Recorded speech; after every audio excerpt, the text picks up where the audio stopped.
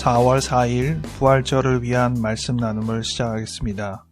오늘은 주일 성소 일가 중에 하나인 요한복음 20장 11절부터 18절 말씀을 가지고 나 하나를 위하여 라는 제목으로 말씀을 나누겠습니다. 2021년 표어는 멀리서 가까이, 행동 강령은 보이지 않아도 한결같이입니다. 2021년 기도문을 따라해 주시기 바랍니다. 하나님은 보이지 않지만 늘 우리와 함께 계시는 것처럼 비록 떨어져 지내는 사람들이라도 주님의 마음을 담아 그들을 기억하고 생각하고 사랑하게 하소서. 내 마음은 보이지 않지만 늘 나와 함께 있는 것이니 주님이 하시는 것처럼 나를 용납하고 사랑하게 하소서. 예수 이름으로 아멘. 요한복음 20장 11절부터 18절 말씀 읽어드리겠습니다.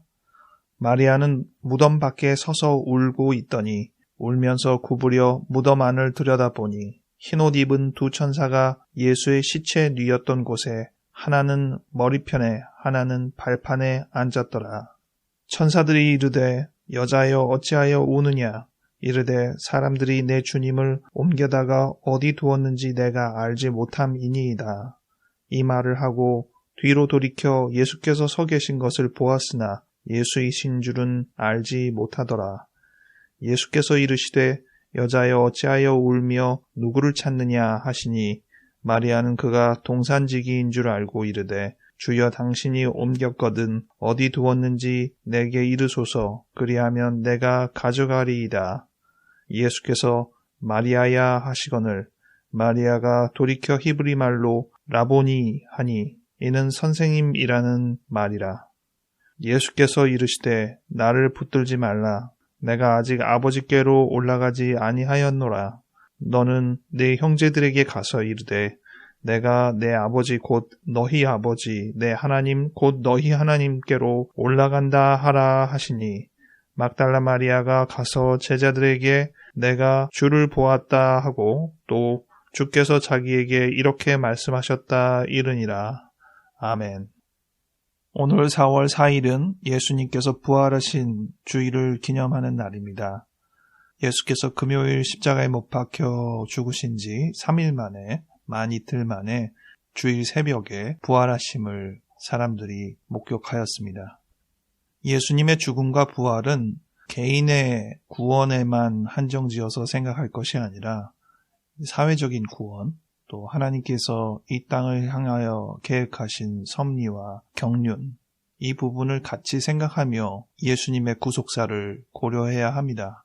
하지만 우선은 우리 개인이 한 사람 한 사람이 예수님의 십자가 앞에서 개인으로서 구원받는 경험을 분명히 해야 합니다. 그래야지 그것이 단계적으로 사회적인 구원에 이를 수 있는 각성과 변화를 일깨워 줍니다. 그래서 오늘은 개인에 대한 생각을 하기 위해 나 하나를 위하여 라는 제목을 붙였습니다. 개별적으로 예수님의 십자가 죽음이 어떤 영향과 충격을 주었는지 생각해 볼 때 가장 많은 사람들의 뇌리를 자극하는 부분은 예수님께서 나의 죄 때문에 십자가에 못 박혀 죽으셨다는 사실일 것입니다. 부활도 마찬가지입니다. 예수께서 많은 사람들을 위하여 죽음을 이기시고 부활하셨지만 무엇보다도 나 자신, 나 한 사람을 위하여서 주님께서 부활하셨음을 깨달을 때 가장 강렬하고 동기부여가 되는 요소가 될 것입니다. 먼저 오늘 본문의 이 마리아를 통해 마리아 한 사람에게는 예수께서 어떻게 나타나셨는지를 생각하며 우리 한 사람 한 사람의 입장을 거기에 대입해 보면 좋겠습니다. 11절에 보면 마리아는 무덤 밖에 서서 울고 있더니 라고 나와 있습니다. 부활의 기쁨을 논의하기 전에 우리가 생각해야 될 부분은 슬픔입니다. 마리아의 슬픔을 생각해 봅시다. 마리아는 예수께서 죽으신 점을 인하여 매우 슬퍼했습니다. 그런데 안식 후 첫날 새벽에 예수님께 방문하여 무덤 문이 열린 사실을 보고 그리고 그의 시신이 없어진 사실을 보고 그 무덤 밖에서 서서 울고 있었다는 것입니다. 슬픔이 배가 되었습니다. 예수께서 억울하게 십자가에서 죽은 것만 해도 마음이 터질 것 같은데 이제는 시신이 없어진 거예요. 그 입장대로 생각을 해봅시다. 얼마나 슬프겠습니까? 마리아의 슬픔과 우리의 슬픔을 대입해봅시다. 마리아는 제정신이 아닙니다. 시신이 어디로 갔는지에 대한 부분으로 인해서 지금 내 앞에 누가 있는지, 누가 나한테 말을 거는지 정신이 하나도 없습니다. 먼저 이야기를 건 사람은 두 천사였습니다. 마리아는 울면서 구부려 무덤 안을 들여다볼 때 그 무덤 안에서 두 천사가 말을 걸었습니다. 여자여 어찌하여 우느냐 이렇게요. 무덤 안에서 두 사람이 말을 걸면 정신이 좀 들겠죠. 저 사람은 누구냐? 이 상황에 대해서 얼마나 알고 있느냐. 그런데 마리아는 그렇게 정신을 차리지 못했습니다. 도대체 어디 계시는 거지? 이러고 울었습니다. 그리고 뒤로 돌이켰는데 예수께서 서 계신 것을 보았는데 예수라고 보지 못하고 동산직이라고 봤어요. 예수께서 여자여라고 했습니다. 천사들이 한 표현과 동일한 표현이죠. 여자여 어찌하여 울며 누구를 찾느냐 이렇게 얘기를 하는 거예요. 거기에 마리아는 똑같이 얘기합니다. 주여 당신이 옮겼거든 어디 두었는지 내게 이르소서 그리하면 내가 가져가리이다. 예수의 시신을 어떻게 하려고 하는지에 대한 마리아의 심정을 잘 표현하고 있습니다. 그런데 동산직인 줄 알고 얘기를 할 수는 있지만 보면서 얘기할 거 아니에요? 그리고 그 목소리도 들을 수 있는 거 아니에요? 그런데도 예수님을 못 알아봅니다. 즉 마리아는 아직도 정신을 못 차렸습니다. 주변 상황을 정확하게 파악하지 못하고 예수님의 시신이 없어졌다는 이유 하나만으로 벅차오르는 슬픔을 감당하지 못하고 있습니다. 이렇게 정신 나간 상태를 환기시킨 것이 무엇이냐? 오늘 말씀으로 말하자면 예수께서 그의 이름을 부르신 점입니다. 16절에 예수께서 마리아야 하시거늘 이때 마리아가 정신을 차렸습니다. 우리 일상에서도 흔히 경험할 수 있는 일입니다. 누군가 막 정신 못 차리고 막 있을 때 그럴 때 우리가 정신 차려 이렇게 말하는데도 제대로 안 들으면 어떻게 해요? 그 사람 이름을 부르면서 의연아 지금 뭐하니? 날 좀 봐 이렇게 얘기하잖아요. 우리가 지금 누구의 이야기를 듣고 있는지 그리고 내가 누구인지 분명하게 세울 때 정신이 바로 서는 것입니다. 마리아의 정신을 분명하게 세운 것은 예수께서 그의 이름을 그대로 불러주신 것이죠. 한 사람을 불특정 다수를 지칭할 수도 있는 그런 용어가 아니라 여자여 이런 용어가 아니라 마리아야 이렇게 나 한 사람을 부르신 그것이 우리를 이 순간 이 어지러운 분산된 생각 속에서 감정 속에서 끌어내어서 주님만을 바라보게 할 수 있는 것입니다. 예수님께서 우리 한 사람 한 사람에게 그렇게 오셨습니다. 우리 한 사람 한 사람의 이름을 부르면서 정말 정신나게 하셨던 것입니다. 그 부분을 기억해 봅시다. 나 한 사람을 위하여서 십자가에 달리시고 나 한 사람을 위하여서 부활하여 내 앞에 등장하신 분으로 기억합시다. 물론 우리가 신앙생활을 하면서 그렇게 개인적인 경험에 계속 머물러 있다면 그것은 문제입니다. 우리가 사회적으로 이 세상을 위한 하나님의 뜻과 방향을 위해서 나아가야 하기 때문에 먼저 우리 자신이 지극히 사적인 경험을 해야 하는 것이긴 하지만 거기에 머물러 있어서는 안 됩니다. 우리의 개인적인 이 경험을 토대로 해서 우리가 어디로 가야 할지 명심해 보면 좋겠습니다. 오늘 성경 본문에 관련된 말씀 나눔은 이것으로 마무리를 합니다. 오늘은 뒤이어서 성찬식과 관련된 생각을 해보겠습니다. 보통 부활절에 성찬식을 하죠. 그래서 저희도 개별적으로 음료와 고용 음식을 준비해서 성찬식을 대신할 수 있는 기회를 가져보시기 바랍니다. 사복음서에서 이 성찬과 관련된 내용을 어떻게 기록하고 있는지를 한번 살펴보았습니다. 떡에 대해서 마태복음은 축복하시고 받아 먹으라 이것은 내 몸이니라 이렇게 얘기하셨습니다. 마가복음도 비슷한데 축복하신 다음에 받으라 이것은 내 몸이니라 하셨습니다. 누가복음이 내용 자체는 비슷해요. 축복이라는 단어 대신 감사 기도를 하셨다고 돼 있고 이것은 너희를 위하여 주는 내 몸이라. 그런데 누가복음의 독특한 점은 이 말 한 다음에 너희가 이것을 행하여 나를 기념하라 이렇게 말씀하셨습니다. 기념하라는 표현은 마태, 마가, 누가 중에 유일하게 누가복음에만 나오고 떡과 잔 중에 떡에만 기록되어 있는 말씀입니다. 잔에 대해서는 마태복음에서 감사 기도를 하신 다음에 너희가 다 이것을 마시라. 이것은 죄사함을 얻게 하려고 많은 사람을 위하여 흘리는 바 나의 피, 곧 언약의 피니라. 매우 길고요. 가장 전형적인 예식 방식을 기록하고 있습니다. 기억해 볼 만한 것은 언약의 피라는 표현을 쓰셨다는 겁니다. 마가복음에는 감사기도 하시고 이것은 많은 사람을 위하여 흘리는 나의 피, 곧 언약의 피니라 이렇게 기록되어 있습니다. 누가복음에는 아주 재미있는 차이점이 있습니다. 이 잔은 내 피로 세우는 새 언약이니 곧 너희를 위하여 붓는 것이라. 언약이라는 의미는 동일하게 썼는데 새 언약이라고 표현을 한 점이 누가복음의 독특성이라고 보겠습니다.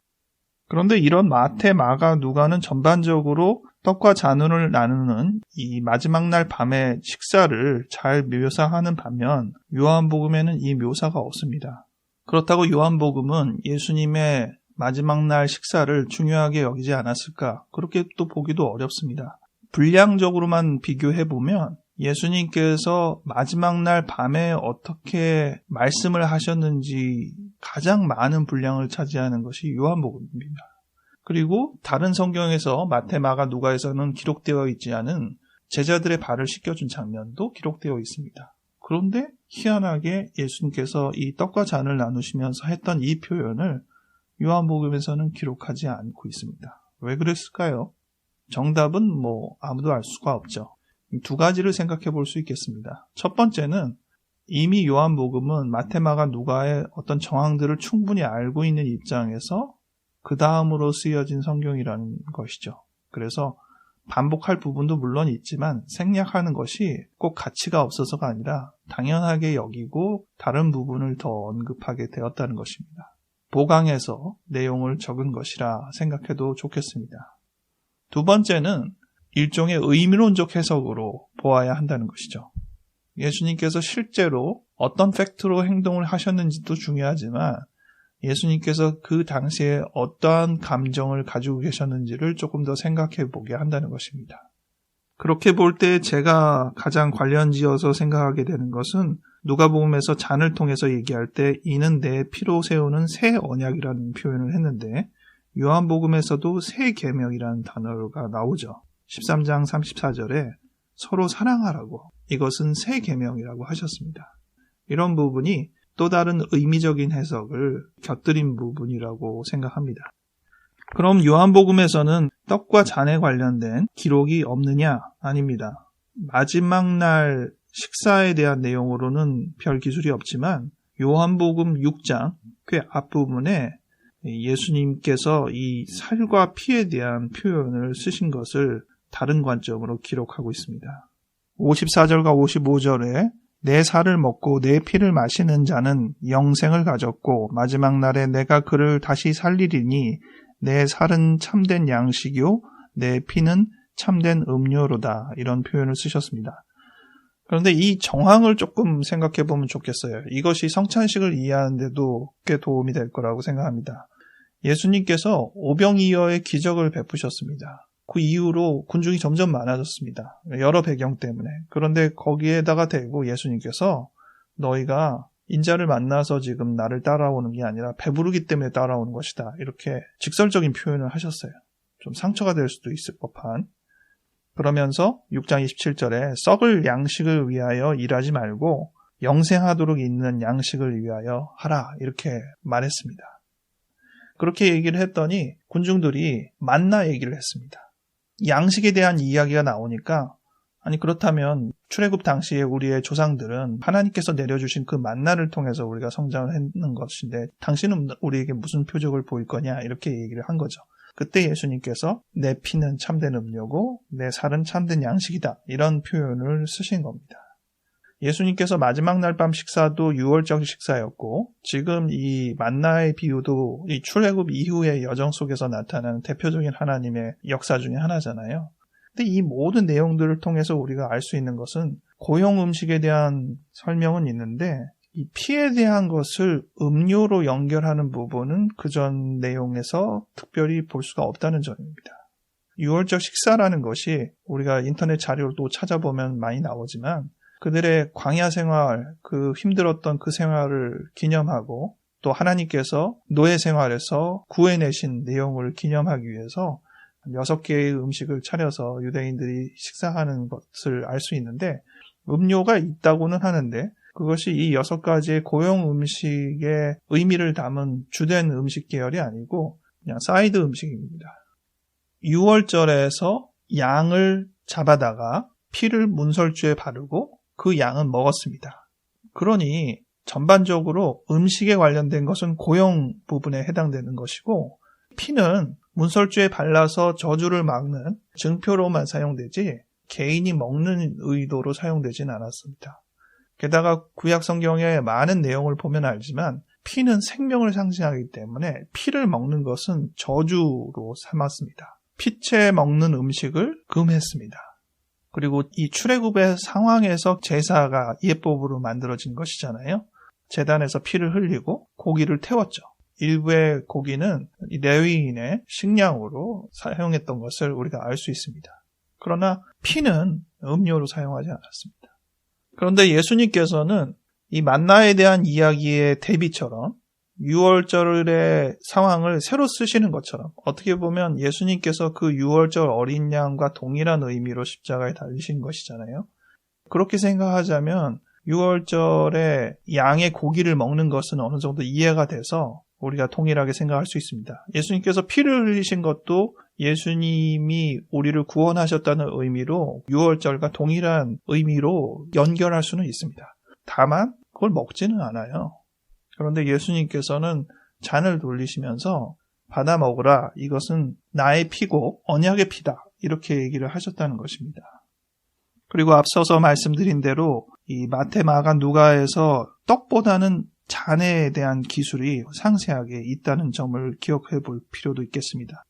그것은 음식으로만 치지 않으면 물론 동일하게 생각해 볼 수 있습니다. 어린 양을 죽이는 이유는 그 피를 바르기 위함이었거든요.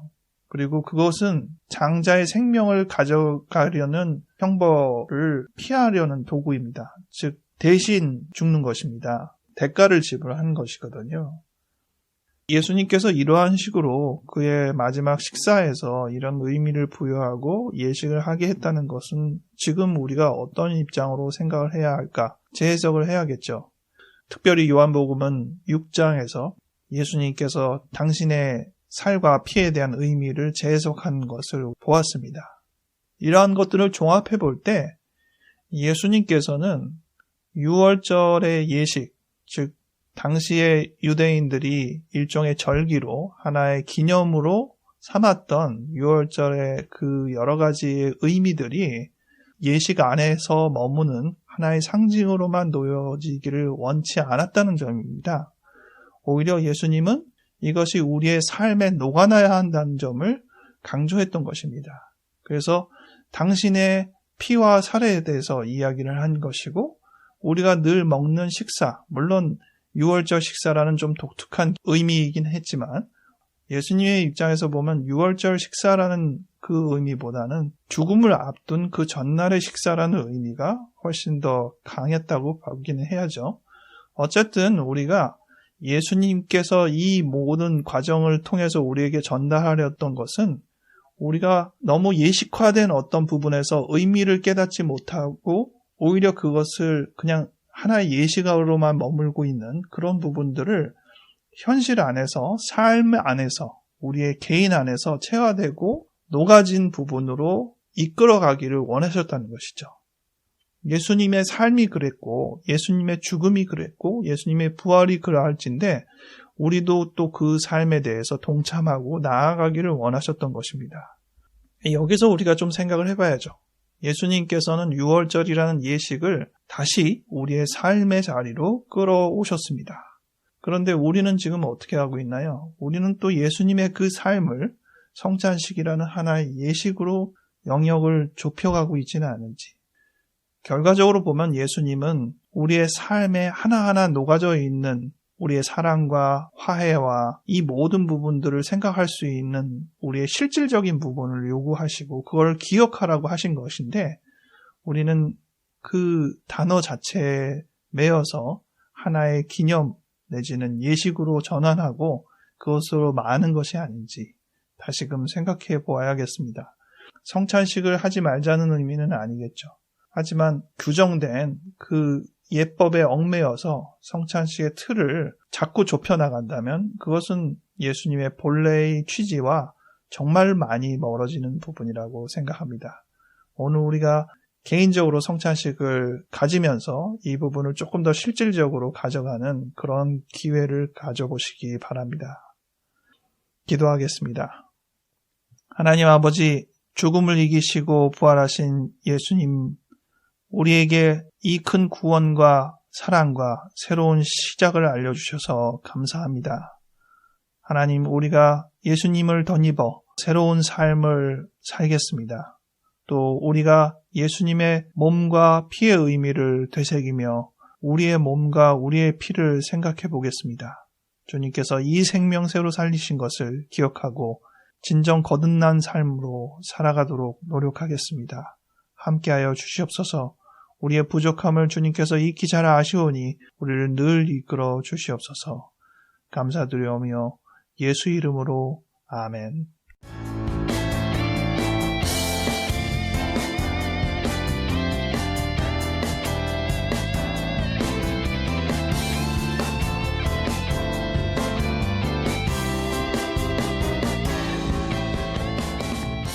서울은 비가 많이 내리네요.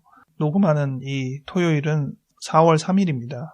제주 4.3 사건을 기억하게 되는 기간인데 제주 4.3 사건의 주범이 영락교회의 서북청년단을 주축으로 했다는 것을 우리가 잘 알고 있습니다. 기독교 역사의 뼈아픈 경험입니다.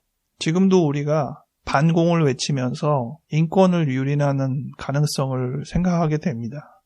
무엇이 진정 우리가 생각해 보아야 할 부분인지를 잘 유념해야 할 것입니다. 또 지금은 보궐선거가 있어서 서울, 부산 이런 지역에서 사전투표가 진행되고 있는데 이러한 모든 과정이 순조로이 잘 진행될 수 있도록 관심을 갖고 기도하며 참여하기 바랍니다. 건강하게 지내시고 다음 주에 뵙겠습니다.